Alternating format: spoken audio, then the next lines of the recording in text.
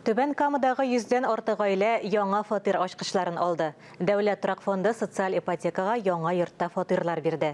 Анда шәһәр предприятиеләрендә һәм бюджет оешмаларында эшләүчеләр яшәячәк. Поздравляем. Спасибо большое. Ждал очень долго.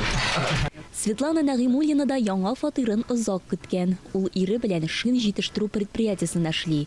Гаиләдә 3 бала, шуңа күрә Нагимуллиннар өчен торак мәйданын киңәйтү аеруча мөһим.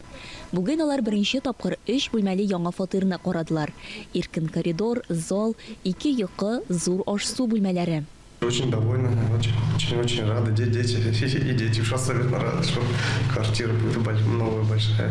Очень хорошо то, что еще школа будет практически во дворе, садики тоже. Это для нас это, мне кажется, для мамы, для родителей 3 детей, это даже очень хорошо. Янәшәдә яңа мәктәп һәм балалар бакчасы төзелеше дә алып барыла. Гаилә өчен монысы да бик уңайлы.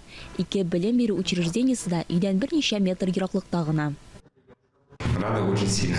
Biz бик шатбыз. Бу йортның төзелеп бетүен озак көттек. Татнефть оешмасы янәшәдә генә мәктәп белән балалар бакчасында төзи. Йортның инфраструктурасы бик яхшы. 10 катлы йортта 3 подъезд, 120 фатир, шуларның 60-ы өчәр, тагын 60-ы икешәр бүлмәле. Яңа төзелештә Татнефть предприятиеләре һәм бюджет оешмалары хезмәткәрләре яшәячәк. Хезмәткәр өчен предприятие түли. Әкренләп хезмәткәр Татнефтьтә эшләвен дәвам иткән саен кертем күләме исәпкә алына. Дом построен по социальной ипотеке. Йорт социаль ипотека программасы буенча төзелгән. Фатирлар нефть эшкәртү предприятиеләрендә бюджетта эшләүчеләргә бирелде.